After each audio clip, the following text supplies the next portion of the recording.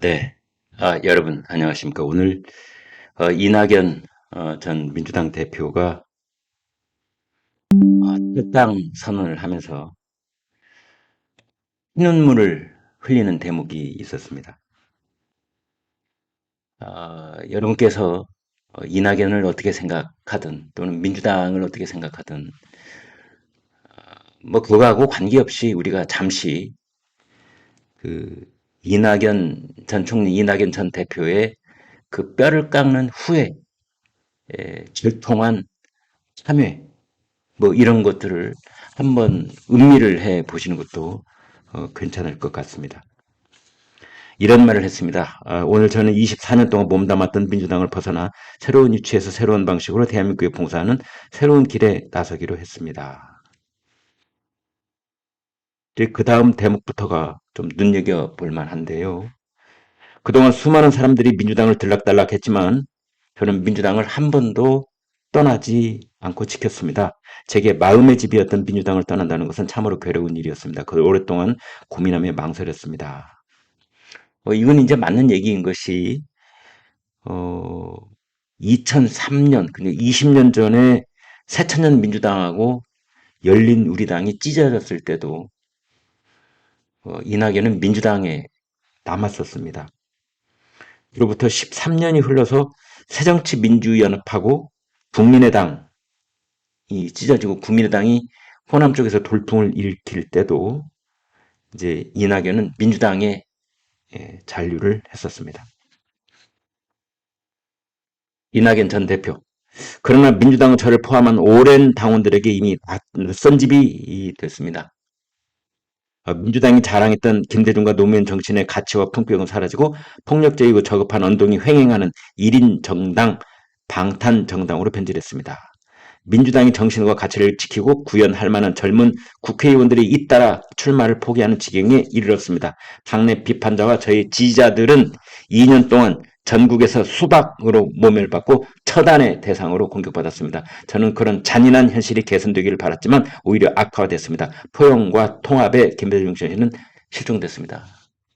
이제 그 다음에 그 피눈물 흘리면서 뼈를 깎는 회의 말을 합니다. 민주당 기패에는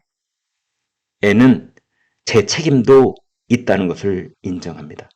특히 민주당 소속 시장의 잘못으로 2021년에 치러진 서울시장, 부산시장 보궐선거에, 그러니까 서울의 박원순, 부산의 오거돈, 한 사람은 극단 선택, 한 사람은 이제 쇠고랑을 찾는데, 그때 치러진 보궐선거에 기존 당원을 고쳐가면서 후보자를 낸 것은 제가 민주당 대표로 일하면서 저지른 크나큰 실수였습니다. 참, 3년의 시간이 흐른 다음에 이제 와서 이렇게 뼈를 깎는 후회를 해본들 무슨 소용이 있겠습니까마는 그래도 저 같은 운전자 입장에서는 음미해 볼 만한 대목이었습니다. 그러면서 왜 그랬었는지를 설명을 합니다. 대통령 선거를 1년 앞둔 시기에 서울과 부산의 공조직을 가동하는 것이 대선 승리에 도움을 줄 것이라는 얕은 생각을 제가 떨쳐버리지 못했습니다.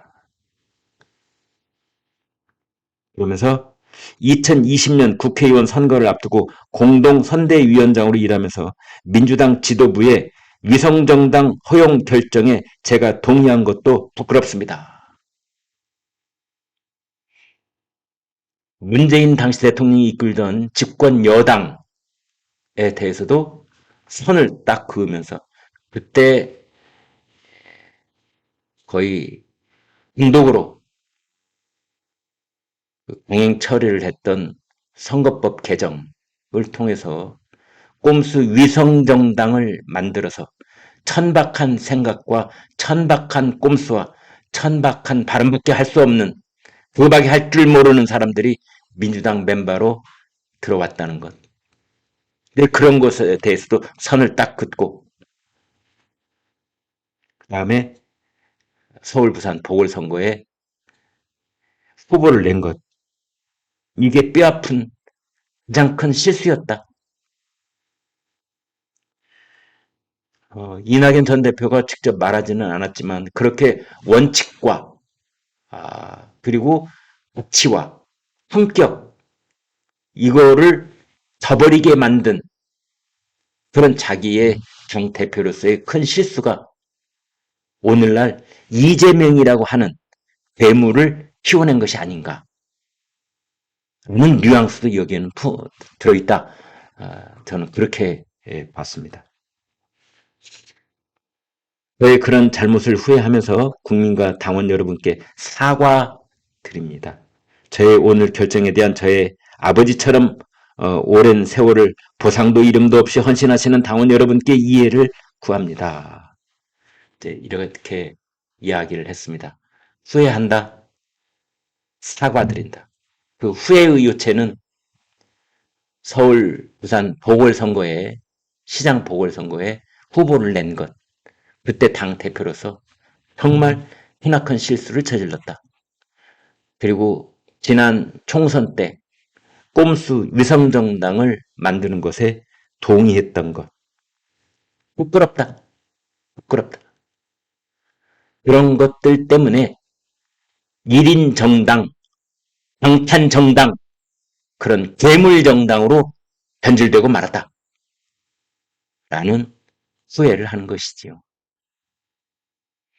자, 여기에 이제 저희 시청자들께서 그런 후회에 공감 내지 동정을 하시든 안 하시든 그거하고는 관계없이 그냥 운전하는 사람 입장에서 이제 그런 후회를 한들 무슨 소용이 있으리 라는 생각과 더불어 잠시 음미를 해봤던 것입니다.